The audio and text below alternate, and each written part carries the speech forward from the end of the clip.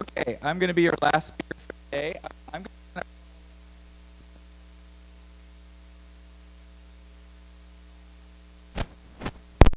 to NeuroUtopia, which is just creating a society that optimizes brain health through like policies.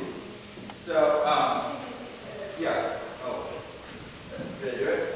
Yes. Okay, so I'm interested in policies that promote brain health. So I'm actually going to want you to raise your hand and vote and argue with each other and whatever you want to do like that.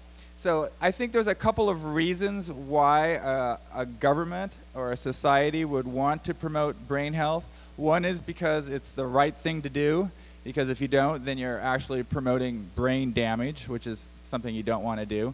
And the other reason is actually a little more perhaps callous, which is like Anatoly was talking about, there's an estimate which is for every 1 point of IQ that your society goes up, the per capita income per person goes up $500. So you're able to raise more tax revenue if you can increase the IQ, the intelligence of your society. So that could be another reason for brain policies, for policies that promote brain health. So there's actually a lot of examples, even in the last 100 years or 150 years, of policies that have promoted brain health. How many people remember leaded gasoline? Anybody? Yeah, leaded gasoline. I'm old enough to remember leaded gasoline. There is no longer leaded gasoline, except there actually is in places in Africa and places in the developing world. But they have some estimates, a couple of studies say lead in the environment, also in lead paint, lowers IQ 4 points, lowers IQ 9 points, things like this. Another example, which Anatoly talked about, is salt. Not salt, but iodine in salt.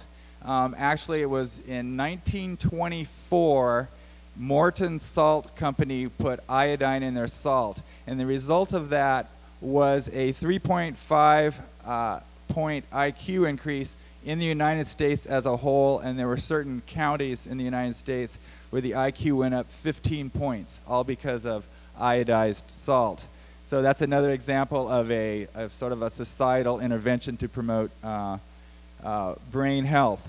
One that I find extremely interesting is has anybody here ever heard of the sanitary reform movement in Britain? Nobody's ever heard of that. Fascinating. It's possible that the toilet, the simple toilet, might be the greatest brain enhancer invention of all time. Because this sanitation, without proper sanitation, you get things like intestinal parasites. Intestinal parasites have been linked to, I think, 3.75 point IQ loss per infection. Also, sanitation, improper sanitation can lead to things like dysentery and diarrhea, which have an accompanying IQ loss. So the British sanitation movement, led by very famous sanitation engineers like Sir Thomas Crapper, indeed.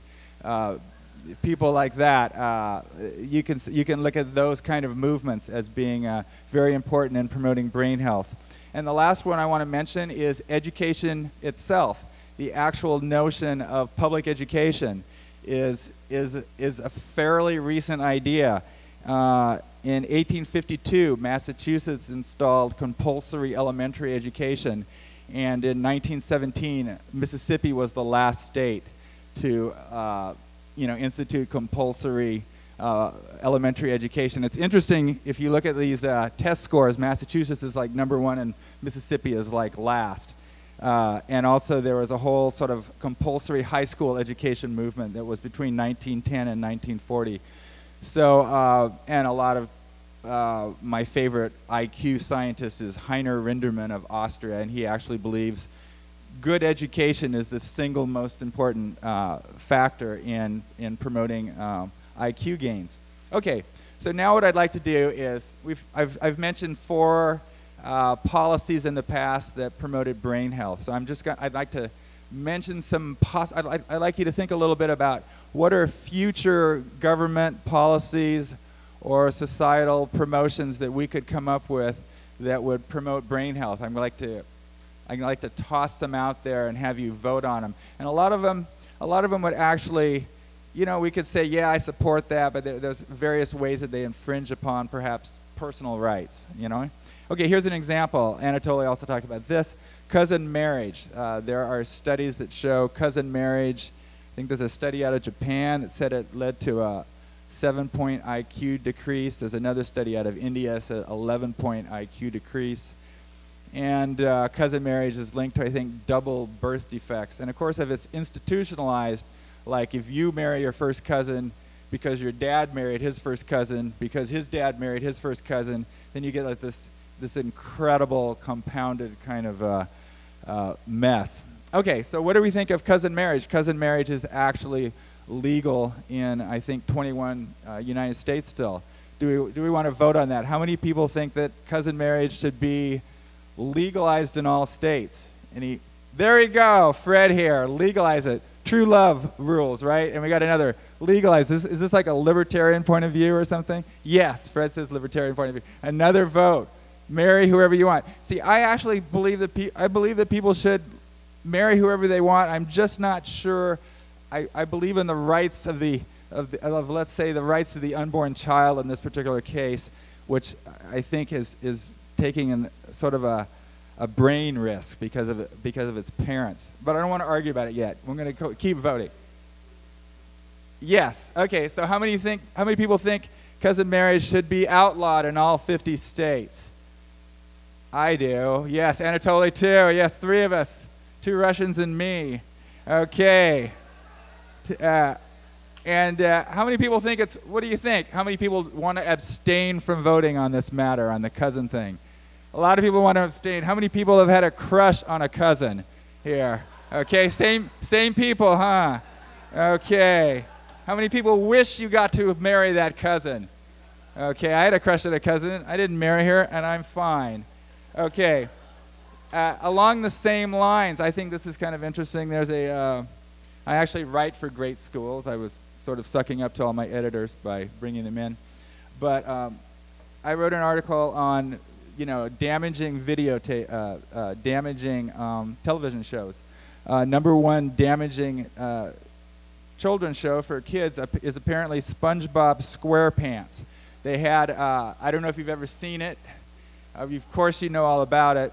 But apparently they gave these kids, it's a 22-minute show. They had these kids watch it and take a test, and the kids who took it, they scored 12 points lower on this test. Okay, and they also if they watched it repeatedly, they developed attention problems, impulse control problems. What do we think about that? Should we ban TV shows like SpongeBob SquarePants? Who says no? No. How many people here have kids? How many people have kids? Okay, you have kids. The people who have kids, do you think you should ban SpongeBob SquarePants? Yes. Me and you and you. Ban it. Ban it. You people who don't have kids, you don't even care. You don't care about our kids. Okay. The next thing we have is psilocybin. This is perhaps we can psilocybin. Psilocybin has been shown to be very effective in curing problems with post-traumatic stress, also anxiety. It actually creates neurogenesis. It creates brain cells, and it helps eliminate frightening memories. Psilocybin, selling it, using it, buying it, it's illegal. How many people believe that we should legalize psilocybin? Well, look at that. We got something passed. Who says we should not legalize psilocybin? Come on, some of you abstained. Who wants to abstain from voting on this? You want to abstain because you had a bad trip, didn't you? You don't know anything about it. Okay. Okay, here's another one. This is sort of a football. Here's an example of what football can do. 20 weeks after a concussion, an IQ score was still ranked 14 points lower than pre-concussion. Basically, that's kind of a lot. So what do we think about high school football? Should high school football be, should it be banned? How many people think high school football should be banned? Nobody. Three of us. How many people say, let the kids bash their heads together brutally? How many people say that? What is this? I disagree. Okay, one of you tell me your point of view. Why are you in favor? Go ahead, you tell me.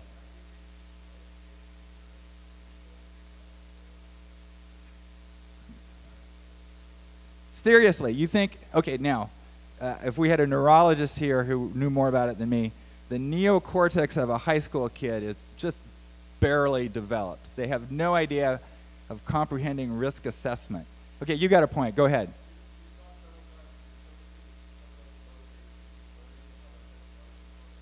Uh-huh.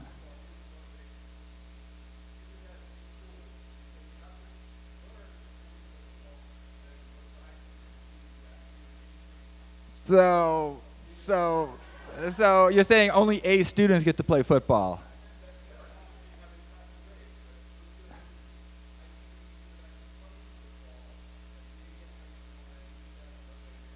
You think kids who play football get better grades?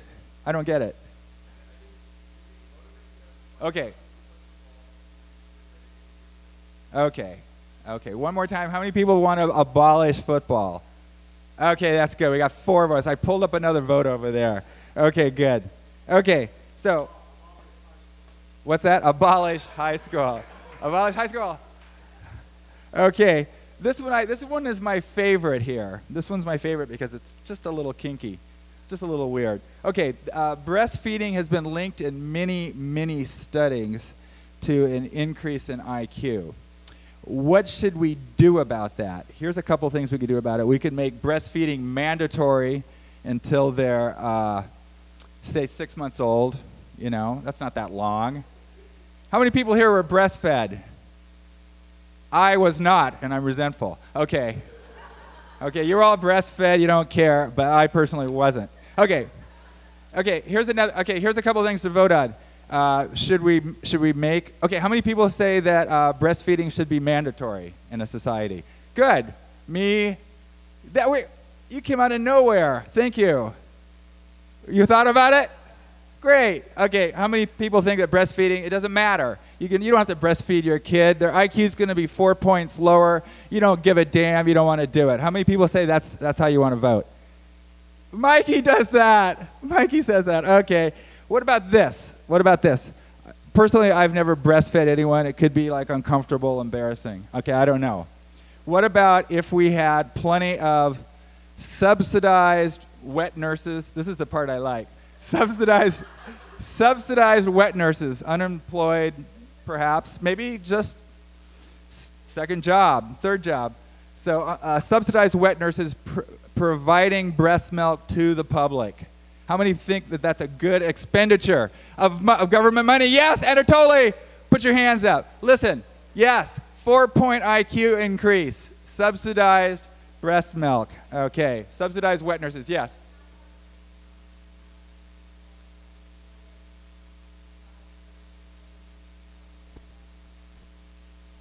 Yes. Yes.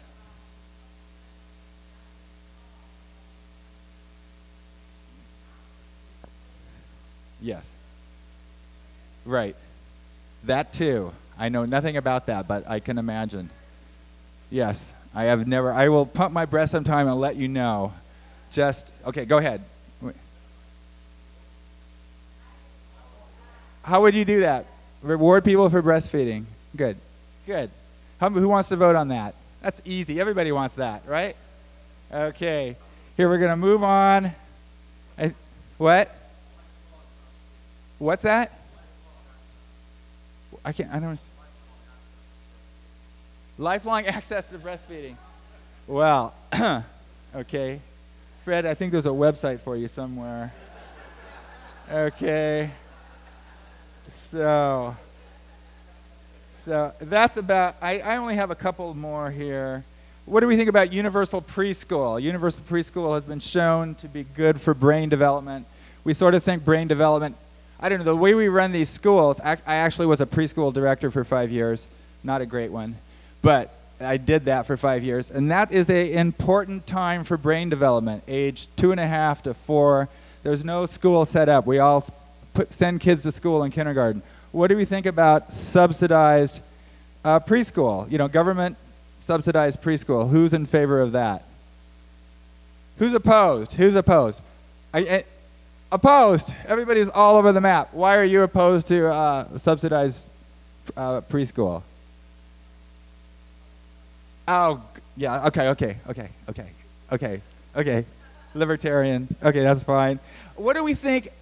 What do we think about? There are a few nations in the world where there is simply subsidized education. I think Cuba is one of them, and there's some European countries. I think Norway might be one. Free education.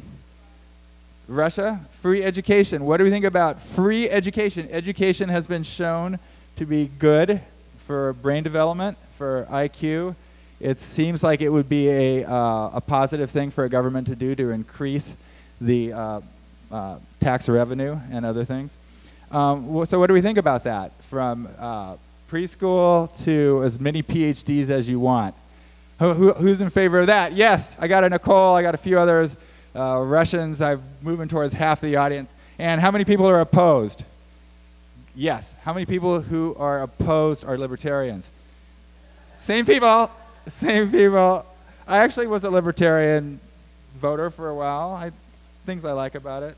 Okay, the last thing I'm going to suggest in my sort of, dictatorial NeuroUtopian discussion here is, Mikey's talked about this. He's talked about meditation. Meditation has been shown to be good for stress reduction, migraines, strengthening immune system, increasing compassion, recovering from post-traumatic stress, and some people say it increases IQ points, improves grades, helps concentration, relieves anxiety. I probably missed a lot, right, Mikey? Okay, I hope makeup is not the important part of what you said. Okay, so meditation is very good for you. How many people think that, and by the way, I personally don't meditate, but how many people think that meditation should be simply encouraged in schools? We'll start off slowly. Encouraged in schools because it's good for your brain.